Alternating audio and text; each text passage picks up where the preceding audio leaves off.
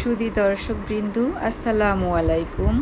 আশা করছি আপনারা সবাই যে যেখানে আছেন নিশ্চয়ই খুব ভালো আছেন এবং সুস্থ আছেন। আলহামদুলিল্লাহ, আমিও আপনাদের দোয়ায় বেশ ভালো আছি এবং সুস্থ আছি। আমার চ্যানেলে আপনাদেরকে জানাচ্ছি স্বাগতম। ভর্তা আমরা পছন্দ করি না এমন মানুষ খুব কমই পাওয়া যাবে। আর আজ আমি আপনাদের জন্য নিয়ে এসেছি খুবই মজাদার একটি ভর্তা রেসিপি। আর এই ভর্তাটা কি দিয়ে তৈরি করব, আমার সাথে থাকুন আর দেখতে থাকুন। গরম গরম ভাতের সাথে এই ভর্তাটি খেতে ভীষণ ভালো লাগে। একবার হলেও এইভাবে বানিয়ে খাবেন, দেখবেন নিমিষেই প্লেটের ভাত শেষ হয়ে যাবে। যারা ভর্তা পছন্দ করেন না তারাও খাবে এটা। আর এই ভর্তাটি তৈরি করতে যা লাগবে দেখে নিশ্চয়ই বুঝে গেছেন, এটা হলো ঝিঙ্গে। আর এই ঝিঙ্গে দিয়ে আজকে ভর্তাটা তৈরি করব, তবে ঝিঙ্গের ছোলা দিয়ে তৈরি করব এই ভর্তাটা। দেখুন, আমি ঝিঙ্গের উপরে মুখের অংশটা আর নিচের অংশটাকে আমি কেটে বাদ দিয়ে দিয়েছি। দিয়ে ঝিঙ্গেটাকে খুব ভালোভাবে পরিষ্কার করে পানি দিয়ে ধুয়ে নিচ্ছি। আর ঝিঙ্গের উপরে যে ছোলাটা ছিল সেটাকে আমি এভাবে ছিলে নিয়েছি। আর ঝিঙ্গের মধ্যে যে একটা র্যাক যে থাকে, এটা আমি কেটে বাদ দিয়ে দিয়েছি। পিলার দিয়ে ছিলে এই অংশটাকে বাদ দিয়ে দিয়েছি, কারণ এটা শক্ত। আর এই ঝিঙ্গেগুলি দিয়ে আমি তরকারি তৈরি করব। তো আপনারা চাইলে ভর্তার সাথে এই ঝিঙ্গাটাও দিতে পারেন, তবে আমি এটা দিয়ে তরকারি করব। আমি শুধু আজকে ঝিঙ্গা যে ছোলাটা সেটা দিয়ে ভর্তাটা তৈরি করব। আর এই ভর্তাটা খেতে ভীষণ ভালো লাগে। গরম গরম ভাতের সাথে আপনারা একবার হলেও খেয়ে দেখবেন, নিমিষেই প্লেটের ভাত শেষ হয়ে যাবে। আর এরকম একটি ভর্তা থাকলে দেখবেন কেউ তরকারি বা অন্য কোনো কিছু দিয়ে খেতে চাইবে না, শুধু ভর্তাটাই খেতে চাইবে। এটা এতটাই মজা। তো আমি ছিলাটাকে যে ছিলে নিয়েছিলাম সেটাকে আমি অল্প একটু পানি দিয়ে এটাকে ভালোভাবে সেদ্ধ করে নিচ্ছি। আর এখানে ঢাকনা দেওয়ার কোনো প্রয়োজন নেই, কারণ ঢাকনা দিলে আপনার ছোলার কালারটা আপনার অন্যরকম হয়ে যাবে, সবুজ থাকবে না। তাই এটাকে ঢাকনা ছাড়াই আমি সেদ্ধ করে নিয়েছি। আমি ঠান্ডা করে এবার আমি একটি শিলনোড়ার মধ্যে এটাকে বেটে নিচ্ছি। তবে আপনারা চাইলে ব্লেন্ডারের মধ্যে এটা ব্লেন্ড করে নিতে পারেন। এই যে দেখুন, একদম মিহি করে এটাকে বেটে নিচ্ছি।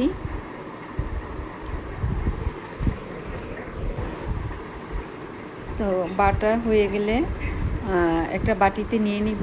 এই যে দেখুন, আমি একটা বাটিতে নিয়ে নিচ্ছি। তারপরে বাকি যে অবশিষ্ট রয়ে গেছে সেগুলো আমি এখন ভালোভাবে বেটে নিব। বেটে তারপর একই সাথে বাটির মধ্যে রেখে দিব। আর এখানে শুকনো মরিচ আমি তাওয়ার মধ্যে ভেজে নিচ্ছি। আর এখানে একটা রসুনের কোয়া বের করে এগুলোকে পানি দিয়ে ভালোভাবে ধুয়ে নিচ্ছি। তারপর আমি শিলপাটার মধ্যে এগুলো আমি একটু ছেঁচে নিব, নিয়ে তারপর ছোলাটা ছাড়িয়ে নিব। এভাবে করলে আপনার ছোলাটা ছাড়তে কিন্তু খুবই সহজ হয়। এই যে দেখুন কি সুন্দরভাবে ছোলাটা উঠে আসছে।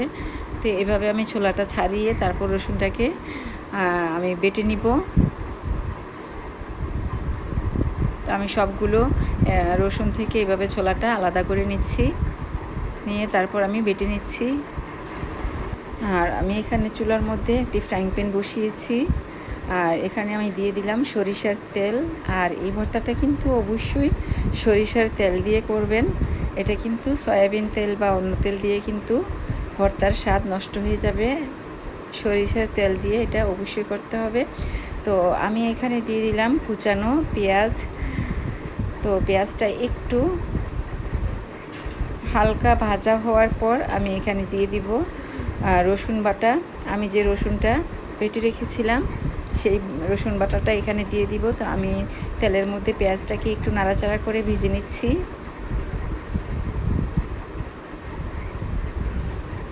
তো এবার পেঁয়াজটা নরম হওয়া পর্যন্ত অপেক্ষা করব।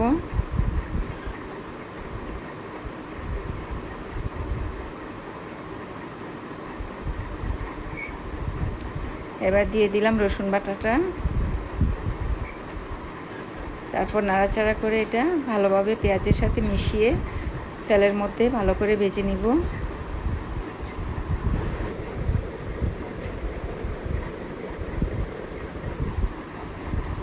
আর চুলার আঁচটা মাঝারি আছে রেখে এটা বাছতে হবে, খুব বেশি হাই হিটে এটা বাছতে যাবেন না। আর এই যে দেখুন, মরিচগুলো আমি এখন ভেঙে হাতের সাহায্যে আমি ভেঙে নিব। তো রসুন এবং পেঁয়াজটাকে খুব ভালোভাবে এখন ভেজে নিচ্ছি। আর রসুন থেকে যেন কাঁচা গন্ধটা দূর হয়ে যায়, সেভাবে এটা ভাজতে হবে যাতে কাঁচা গন্ধ না থাকে। তো এবার আমি অল্প একটু হলুদের গুঁড়া দিয়ে দিলাম যাতে দেখতে কালারটা খুব সুন্দর আসে। তবে এটা আপনারা চাইলে স্কিপ করতে পারেন, তবে দিলে দেখতে ভীষণ ভালো লাগে।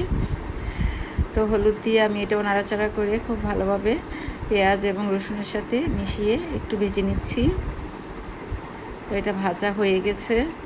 এবার কিন্তু আমি যে বেটে রেখেছিলাম ঝিঙ্গার সেই ছোলাটাকে আমি এখন এখানে দিয়ে দিব। তার আগে আমি এখানে দিয়ে দিব আমি যে মরিচগুলো ভেঙে রেখেছিলাম, শুকনো মরিচগুলো, সেই মরিচটা আমি এখানে দিয়ে দিলাম।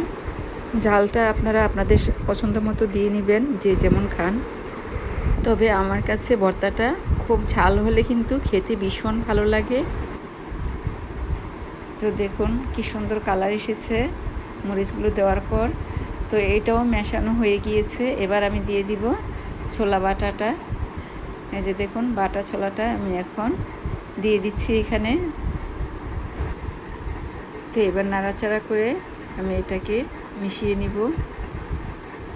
আর এটা খুব ভালোভাবে মিশিয়ে নিতে হবে, একদম পেঁয়াজ এবং রসুনের সাথে যেন এটা একদম ভালোভাবে লেগে যায়। আর এটা ভাজা ভাজা করতে হবে তেলের মধ্যে, যেন খুব ভালোভাবে এটা ভাজা ভাজা হয়, তাহলেই কিন্তু এটা খেতে ভীষণ ভালো লাগবে। তো আমি এখানে দিয়ে দিলাম স্বাদ মতো লবণ। লবণটা আপনারা আপনাদের পরিমাণ মতো দিয়ে নেবেন। দিয়ে এবার তেলের মধ্যে খুবই ভালোভাবে এটাকে আমি একটু সময় নিয়ে ভালোভাবে এটাকে ভেজে নিব। তবে আপনারা চাইলে কিন্তু এই পর্যায়ে একটি ডিম ভেঙে দিয়ে দিতে পারেন, তাতে কিন্তু এটা টেস্ট বহুগুণে বেড়ে যাবে। তবে আমি আজকে এটা ডিম ছাড়াই করব। ডিম ছাড়াই একটা অন্যরকম টেস্ট, আর ডিম দিয়ে দিলে কিন্তু এটা অন্যরকম টেস্ট হয়। এখন আপনারা দুভাবেই করতে পারেন, আপনাদের কাছে যেটা ভালো লাগে। তো লবণটা আমি একটু চেক করে দেখে নিচ্ছি ঠিক আছে কি না, আর একটু লবণ লাগবে। তো আমি এখন দিয়ে দিচ্ছি আর একটু লবণ, দিয়ে এটাকে নাড়াচাড়া করে আবার ভালোভাবে মিশিয়ে নিব। আর যারা আমার চ্যানেলটিকে ইতিমধ্যে সাবস্ক্রাইব করে নিয়েছেন তাদের সবাইকে জানাচ্ছি অসংখ্য ধন্যবাদ।